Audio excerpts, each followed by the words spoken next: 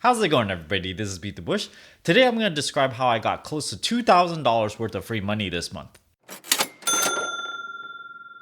Now, you might have seen me do a few videos on these, and as you can imagine, $2,000 is a lot. So I kind of aggregate all of the things I've been doing the past few months and added them up, and lo and behold, $2,000 worth of money just for doing these churning methods. Cutting to the chase, I basically did all this by churning bank accounts, doing credit card signups. I got some money through deal sites and also some money through utility cashback websites. Of course, you have to think about, I did not spend zero time in signing up for all of these. I had to, do my research. I have to make sure that those things are legitimate, and then I have to sign up for it, follow through on it. And most of the time, I might even have to go back after a few months, 6 months or something, to cancel the account so that I can redo this, it's churning, so that I can do this again maybe a year or two later.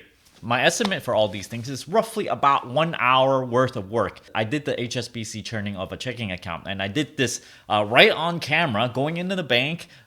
Before going into the bank, I recorded myself a little bit. After coming out, I recorded myself a little bit, and that whole process was about half an hour. Of course, outside of this, I have to check up on the account, make sure I put in enough money, mark the dates for when I need to cancel the account, just kind of monitoring it to see if I actually get the bonus money. So all of this, if you add it up, if you're really efficient about it, it's going to take about 1 hour. I'd say I'm pretty adept at this, so then you need some practice. If it's like your first time doing it, you might get kind of confused. You read all the terms, all the fine print and stuff. It might take you like 2 or 3 hours to do it your first time, but you start getting really fast at it the more you do it. Now, I have to say, it also helps that I don't really have a full-time job right now. Right now, these days, I'm only doing YouTube. So I have a little bit more free time of doing these, random things to get like a little bit money here and there. When I used to work for a full-time job, I remember doing this. I still did a bit of it back then, but I do a lot more of it these days. But when you have a full-time job, I remember there are some times when you're working, you get really, really busy, and then you just start to forget about everything else. It's really hard to follow through on certain things, and it costs you a premium in terms of mental power to follow up on these things. So for some people, you might be so busy that when you just look at, you get $200, I'm like, whatever, I don't have time for that. So you're not even going to spend the effort to do that. So I do have to stress that you need sort of extra cycles, extra mental capability in order to do this successfully. Now, after doing this for years, I realized that the best time to mark when you should cancel an account is right at the beginning. When you finish reading all the terms and stuff, right? Go in your calendar, whichever main one that you use. I personally use Google Calendars. And then I go in there and if I need to cancel a bank account, usually within 6 months, I would, go forward 6 months, and then I would write something on that date so that later on in 6 months, I would see that on that day, oh yeah, it reminds me to cancel it. So then this is sort of like a reminder 6 months from now, rather on a to-do list. Because if you put it in a to-do list, it's just going to be really long, and you're never going to be able to read through it all every single time. And sometimes you might not read through your to-do list every single month even, and then you might miss that deadline. So this method is really to, just when you have it freshest in your head, the things that you need to complete in order to get that bonus, you might have to load in money into the checking account within a month or something. So write a deadline for that on your calendar. You might have to write, when you cancel it 6 months later. So put all those things at the very beginning, and then you can kind of forget about it. All you have to do is just kind of make sure that you look at your calendar, which most people do. Follow up on it, just whenever you look at your calendar, look about a week or so ahead so that you kind of know what kind of deadlines are coming up. Having said all that, I want to review all the things, all the bonuses that I'm going to get this month. It's really revealing because when you look at it, it's like, wow, like a few hundred here, a few hundred there. All of this adds up to be about $2,000. And I was surprised myself when I added it all up. I'm like, wow, once you hit that $500 mark, you're like, oh, this is getting substantial. But over 1,000, it's like, oh yeah, okay, I should definitely do this. But $2,000 within 1 month, this is really good. I might not be able to repeat it, but who knows? Who knows what I'm gonna do this month or next month? I always try to find opportunities to earn money, and I guess later on, if I find other things, I'm gonna share it with you guys as well. Anyhow, here is the list of stuff that I did. HSBC, I opened up a checking account, put $10,000 in, wait 6 months, you get $350. I found out you can put $5,000 in and wait 6 months, but you also have to do a $25 direct deposit, which I am doing through, another bank account. I just use another one, transfer money in. Capital One 360 checking account, $200 just for signing up on that one, and you got to put $10,000 in. BBVA checking account, I think I only need to open it. I forget what the thresholds are for that one, $1,000 or something like that. But you get $100 for signing up and then using it to pay a utility bill, $25. So that was relatively easy. I think there wasn't actually a requirement on how much you have to put in, because there's that requirement for using the bill pay. It might be sometimes a combination of all of those. Sometimes it might be combination of, you have to put some money in and use bill pay or something like that. Whatever requirements they want. I usually just go, okay, you get a pretty good amount. Okay, I'm going to sign up. And on top of that, I also did the swag bucks thing, where I did a video on that. I earned $125 on that one. That was a combination of doing videos and as well as earning money on that. So I actually initiated getting the money into my PayPal account, but I did not receive it in my bank account. So all of those things I just listed. It's not in my pocket yet. It's going to. I also signed up for Blue Apron, that's on Swagbucks, and also a Gillette, one of those subscription service. So $35 on that one, and then $40 on the Gillette one. You gotta subtract out some fees, like $7 for the Gillette and Blue Apron, depending on which meals that you buy. You might have to pay like $20 for that.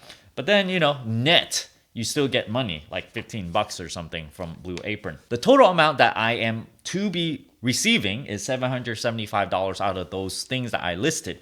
Now, on top of this, there are money that I actually received that's in my pocket all within this month. Let me name them for you. I use Ohm Connect. By the way, if you guys are interested in, for example, HSBC, Swagbucks, or Ohm Connect, I'll leave a link down in the video description below if you're interested in helping out my channel. For the Ohm Connect thing, this is for one single Ohm Connect hour, which is where when they tell you to, you go and turn off all power. Okay, I did it in an extreme manner this time. It was a 2-hour ohm hour thing. I turned off all power using the circuit breakers, and just from this 2 hours alone, I obtained $12.21. Now, this is one of those special ohm hours where you get extra money, and then I turned everything off. So $12.21. It's like a really good amount, just for 2 hours worth of not using electricity. On top of this, I received my $530 for signing up for a Merrill Plus credit card from Bank of America. I did this many months ago, and I just kind of cashed it in this month. So there's that. I did not do all of it this month and then cash it in. So, there's something to consider, because you might go, okay, I want $2,000 this month. So all of this is sort of like what I've been doing all year long. It's sort of like in the making. I think I had it close to 10 months or so, but then I never cashed out on it. So I just suddenly cashed out. $530 appeared in my Bank of America credit card account. So it's really good. $500, right?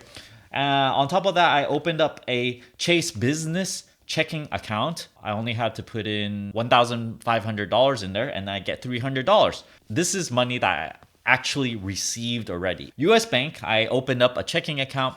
I got $200. Now, this was only possible because about 6 months ago, I decided to consolidate all my checking accounts to a few. So then I started closing a bunch of them, including a US Bank one. And after I closed it, they, a few months later, they sent me a deal and going, hey, if you open up a checking account, you can get $200. I'm like, okay, I'll open it up again. I don't care. Give me $200. I'll open up the checking account. So I did that, and I received that $200 already. And I also opened up a Chase savings account. this was done online. I did not have to go into the branch. So this is really great because whenever you need to go into the branch, it costs you time. You have to wait in line and stuff. So I really like this online ability. And by the way, people have told me you can cancel those Chase accounts online as well. So saving you time to do this churning. So opening up a savings account, unfortunately, you have to put $15,000 in order to get that to $200. I think the time frame it's also about 3 to 6 months or something. You have to hold that money in there for 3 months, and then you get $200, and then they would take it back if you cancel it within 6 months. So basically, you have to leave that money in for 6 months. So total for all of this is money received just this month is $1,242, and the amount that I'm about to receive very, very soon is $775. You add all that up, $2,000.